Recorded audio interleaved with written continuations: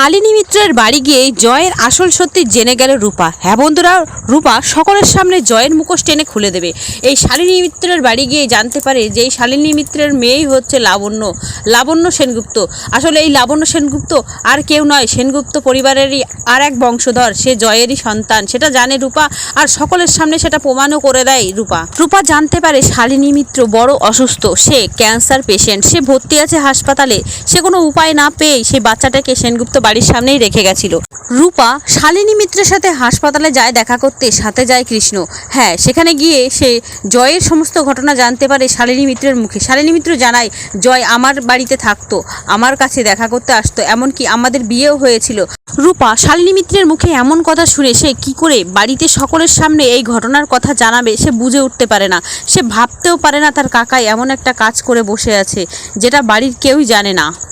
ওদিকে রূপা কৃষ্ণকে বলে, তুমি যা কিছু শুনলে সেটা তোমার আর আমার মধ্যে থাকবে, তুমি কিন্তু কখনো আগে থেকে আমার বাড়িতে কাউকে এই কথাগুলো বলবে না। কৃষ্ণ কথা দেয় রূপাকে যে কোনো কথাই সে আর বলবে না। ওদিকে সোনা মনে মনে ভাবতে থাকে, ফোনে কার কথা শুনলাম, কৃষ্ণের কথা? রূপা কি কৃষ্ণের সাথে গেছে? রূপা কার সাথে কি করছে আমাকে জানতে হবে। অন্যদিকে সূর্য জয়ের কথা বিশ্বাস করে না। জয়ের কথায় সন্দেহ করতে থাকে সূর্য, কারণ আড়ালে ওই ছোট্ট মেয়েটিকে জয় আদর করতে থাকে আর জড়িয়ে কান্না করতে থাকে, সেটা সূর্য দেখেছে। আর লোকের সামনে, সকলের সামনে কিন্তু মেয়েটাকে দুচ্ছাই করতে থাকে। এই ব্যাপারটা সূর্যকে অনেক ভাবাচ্ছে। অন্যদিকে আমরা দেখতে পাবো রূপা ঠিকানা অনুযায়ী সেই ক্যান্সার ডিপার্টমেন্ট হাসপাতালে পৌঁছে যায় কৃষ্ণকে নিয়ে। সেখানে গিয়ে রূপা জানতে পারলো এই শালিনী মিত্র আর কেউ নয়, এই ছোট্ট লাবণ্য সেনগুপ্তর মা, সে হচ্ছে ইরা সেনগুপ্ত। রূপা বলে, ইরা আন্টি তুমি? ইরা কিন্তু রূপাকে চিনতে পারে না, কারণ রূপাকে তো সে ছোট্টবেলায় দেখেছিল। আজ রূপা অনেক বড়। ইরা বলে, তুমি কে? রূপা বলে, ইরা আন্টি আমি রূপা, আমাকে তুমি চিনতে পারবে না, আমি অনেক ছোট ছিলাম, আজ আমি অনেক বড় হয়ে গেছি। কিন্তু এই লাবণ্য সেনগুপ্ত বলে যে মেয়েটি, ওই মেয়েটি কি তোমার? তখন ইরা বলে, হ্যাঁ, ও তোমাদের সেনগুপ্ত পরিবারেরই কিন্তু বংশধর। তখন রূপার কথা শুনে আটকে ওঠে আর বলে, কি বলছো তুমি? তখন ইরা বলে, হ্যাঁ, তোমার কাকাই জয় আর আমার সন্তান হচ্ছে এই লাবণ্য সেনগুপ্ত। ওদিকে দীপা নিজের গয়না নিয়ে বিক্রি করার জন্য বেরোতে গেলে সূর্যের সাথে ধাক্কা লাগে। সূর্য দেখে দীপার হাত থেকে গয়না পড়ে গেছে। সূর্য জিজ্ঞাসা করে, তুমি কোথায় যাবে? দীপা কোনো কথা না বলে চুপ করে দাঁড়িয়ে থাকে। সূর্য নিজেকে অপারক হিসেবে দাবি করে আর বলে, দীপা আমি তোমার জন্য কিচ্ছু করতে পারিনি, আমাদের সন্তানের জন্য কিছু করতে পারিনি, আমি আবার ডাক্তারি জীবনে ফিরতে চাই।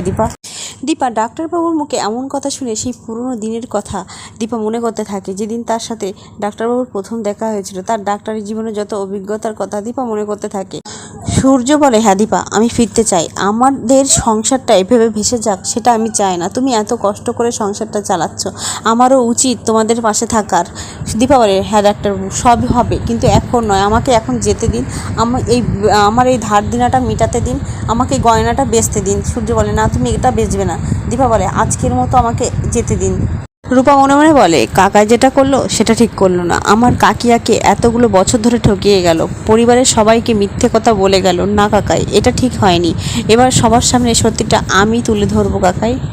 ইরা ডাক্তারের কাছ থেকে ছুটি নিয়ে সে সেনগুপ্ত পরিবারের কাছে যায় আর নিজের মেয়ে লাবণ্যর অধিকার নিয়ে দাবি করে যে এই লাবণ্য সেনগুপ্ত আসলে এই সেনগুপ্ত পরিবারেরই বংশধর। উর্মি ইরাকে বলে, এসব কি বাজে বকছো? জয় কেন এরকম করবে? জয়ের সন্তান হচ্ছে দীপ, আর কেউ নয়। উর্মি জয়কে বলে, এসব কি হচ্ছে জয়? এগুলো কি যা বললো সব ঠিক? জয় বুঝতে পারে না কি করবে। তখন ইরা জয়কে টেনে নিয়ে এসে লাবণ্যর মাথায় হাত দিয়ে বলে, তুমি সকলের সামনে বলো না যে ও তোমার মেয়ে, কেউ বিশ্বাস করছে না আমার কথা। জয় তখন কান্নায় ভেঙে পড়ে আর উর্মিকে বলে, উর্মি তুমি আমাকে ক্ষমা করে দাও, লাবণ্য আর কেউ নয়, লাবণ্য আমারই মেয়ে, আমি ভালোবেসে ওর নাম দিয়েছি লাবণ্য সেনগুপ্ত। উর্মি কান্না করে আর বলে, ঠক, জোচ্চোর, বেইমান, আমি তোমাকে এতগুলো বছর ধরে বুঝতে পারিনি তুমি আমার আড়ালে অন্য জায়গায় এরকম সম্পর্ক রেখেছো, তাও আবার ইরার সাথে। ইরার মেয়ে তোমার নিজের মেয়ে, আমি বিশ্বাস করতে পারছি না জয়, তুমি এভাবে আমাকে ঠকালে।